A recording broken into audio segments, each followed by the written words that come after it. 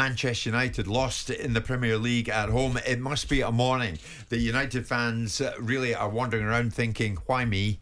Why us? Because not only did their great rivals lift some silverware, they lost at home to Fulham. The first game of the Sir Jim Ratcliffe era got them off to a losing start as Fulham took all 3 points. And what does it mean? Well, it means that Manchester United are now 16 points behind leaders Liverpool, and next up for them, Manchester City.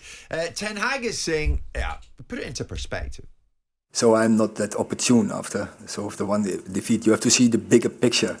And the bigger picture it looks very good. So yeah, we have to catch up in certain positions. So get the injuries back because then we will be more in balance. And then that is one thing. And that will also strengthen the squad. And also to strengthen the squad in the transfer windows. And you see there are coming up many good players and real high potential players. So they will be getting better and better. So definitely we are in the right direction. So when we have the place of the squad available, we have a very good team. So you wait until we're all fit and ready. You watch us go. The bigger picture. Simon, is everyone on board as to what that actually is? And what everyone being who? Well, people like ourselves. All right, Eric, I get it. The big picture. But I don't get it. What is the bigger picture in his eyes? He's talking about, and we can strengthen the next transfer window. That's months off. Well, the bigger picture is now that they've got an apparent cohesive strategy of moving people into the club that are capable of operating and manoeuvring and manipulating and guiding Man United in all the things that we have accused them of not being able to do over the last 10 years. Yeah, but that doesn't win you games. No, but that's the big picture. The big picture is that you get all of these different facets, right? Then you're going to give yourself an opportunity to be a compelling football team. So you give me all of these supports in place. The big picture is I've got Jim Ratcliffe, and Jim Ratcliffe's bringing in Dave Brailsford, and Dave Brailsford's bringing in XYZ person, and they're going to recruit people, and they're going to make sure that I've got the right culture, the right fabric to work with. Which many United fans say should have been done before. Well, maybe they do. But all that doesn't stop Fulham winning. No, but the big picture is not look at the individual moment, look at the bigger picture in terms of where we're going. I think it's nonsense. I think it's something that you say to somebody when you don't have an answer for the here and now, which is I've just lost the game to Fulham. So my best way of deflecting is say don't look at that, don't look over here, look over there. So you think he's talking nonsense? I think you have to deal with both. I think you have to deal with the loss of Fulham is not an excuse to look at the reality of what the bigger picture will be. The bigger picture it's not just the manner in which they played a loss to Fulham, it's the way that they played. At home, again, an uninspiring, workmanlike, lackadaisical, poor performance from a side that's cost enormous amounts of money to assemble, that's been under the tutelage of this manager for the best part of nearly 2 years now. Yeah. So with that in mind, it's difficult, albeit 18 months is a period of time that if Alex Ferguson had been judged by 18 months, we wouldn't be talking about him now in the same way that we talk about him because of his achievements. Yeah. I've never been convinced of Ten Hag. And I know that the constant analysis that I made about a big man in a small suit or a small man in a big suit is not about his bloody suit. It's about his presence, about the manner in which he conducted himself. It's about the manner in which he exuded authority. I think when you listen to people, you take a lot, not everything, but you take a lot. I know the old expression that you can lose in life, money talk and wealth whispers, and sometimes still waters run the deepest, but you know a winner when you see one, and you know a leader when you see one. And there's a unique requirement at Manchester United because you just can't be good. You've got to be really, really good to be able to weather the derision that goes with that job. Yeah, but you've got to be really, really good to weather everything at Liverpool. You've got to be really good to weather everything at City and Arsenal and Tottenham. It's not the same. But you always make out that Manchester United is totally different. It's not the same. Case. We spend more time talking about Man United who haven't won a Premier League for 10 years than we do for sides that are actually winning things. Because Man United are this unique proposition. It is. Everybody knows it. Every media outlet does it. Every football fan. Did we talk about Manchester United in the first hour today? Well, no, because we obviously... because Liverpool won a trophy. Let's not be sublime to ridiculous. We'd be ridiculous to start the show with Man United when we've got a cup final. Even the most obtuse of broadcasters wouldn't do that.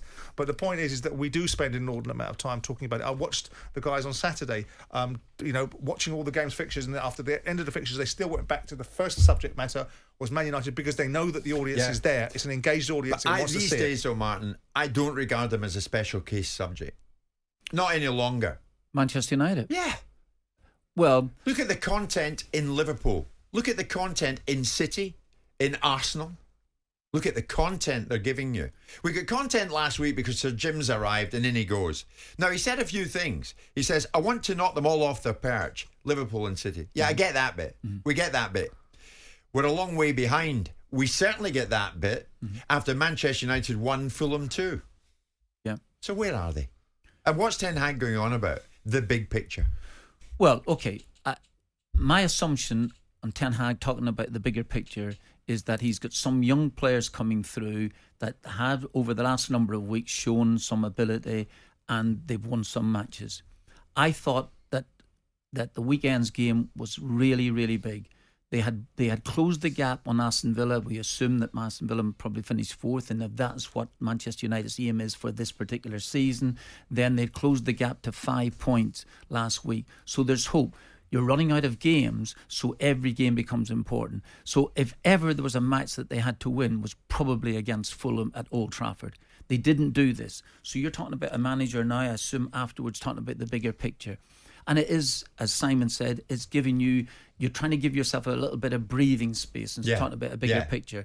Now, he wouldn't be talking about the big picture if United had walloped Fulham. That's true. Listen, and I've been there myself, but I think we all know as to have a bigger picture, you got to win early. You got to win the games. You got to win. This idea that you have a project in mind, and maybe he has, maybe 1.2 billion of a man coming in and stepping in and saying, listen here, you're going to be in charge for the next couple of years. That's great if that's the case. I'm not so sure that would be given, or that assurance would be given, because Manchester United need to win the games. All I'm saying is, from a managerial viewpoint, this is what I think he was saying, is that there's a bigger picture. We've got some great lads coming through, whether that's the case or not. But he wouldn't be saying the bigger picture, because he wouldn't be asked the questions that he's being asked. If they'd have won the game, the questioning from the journalists would have been different. So he wouldn't have played that hand. Yeah. He wouldn't have needed to. So it's not fair to say, well, he wouldn't have said big picture if they'd have won the game, because no, the questioning would have been different. What would the question have been? Well, you've now won 5 or 6 games on the bounce. Exactly. You're now looking like you've got your groove. You're in your groove now. Yeah. You're beating Aston Villa last week, who are your rivals for top 4. Is it up and onward for you? Yeah, it's up and onward for us. Yeah. That's right. That's exactly right. But so you're right, Martin. If ever there was a game after the fanfare of Ratcliffe they wanted to win, it was this was so important, because you're running out of games. If this had happened in September time, you just have to brush it aside. Oh, we lost it. But this is the point. So last week. So in other words, you go to his book for. Hang on, this is the quote I need to give at a time like this. No, well, what would it be? The big picture quote. Yeah. Well, sometimes you're looking for an. Listen, I've been in countless interviews. I'm right. Listen, I've been in countless interviews where somebody has come up and asked me a question. I know where it's going, and I realise, oh, wait a minute, I shouldn't have gone down that route in the first place. It's also this ridiculous characterisation in the media. And the media, here we go. It was a matter of time, boys. Jim Radcliffe walks in a room and turns the lights on, and the next game they're going to win because Jim Radcliffe said a few utterances. No, but Simon, he's got the same bloody squad of players. The next game that comes up, Martin's right. You gotta win that game. But this is football. You've got to win that game after all the words of last week. But all the words that no one took it seriously. We want to knock City and Liverpool off their same side perch. with the same challenges. And the irony of it is, it's a great lesson. No, it never would do. If it had gotten through to the players, they probably would be in a very different position before Jim Radcliffe walked through the door. Oh, that's true. The point is this: is that Jim Radcliffe has learned a really good lesson, right? And dollars for donuts. As soon as you open your trap, the polar opposite will happen. Right, so you're best to keep your own counsel. But the point is that he's put out a mission statement that will start in the summer.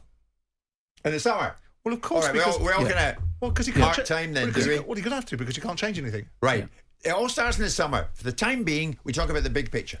All right, I get it. But Simon, you owners can't help yourself, big can pictures. you? We saw Rick Parry's big picture. How far did that go the other day? So Jim doesn't own them. But, I mean... No, he doesn't. He's a minority shareholder. I want to knock them off the perch. You know, we're a lot. Yeah, you are a long way behind, and it's not going to happen tomorrow. No, it's not going to happen tomorrow. It didn't happen the weekend.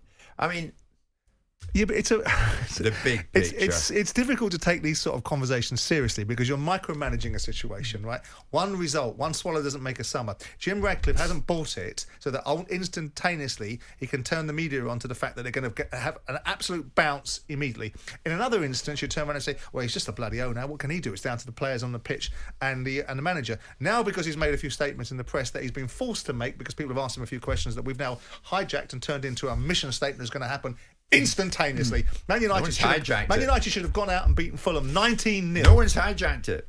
Dollars for donuts, no one's hijacked it. But one summer doesn't make a swallow. It's 11:30.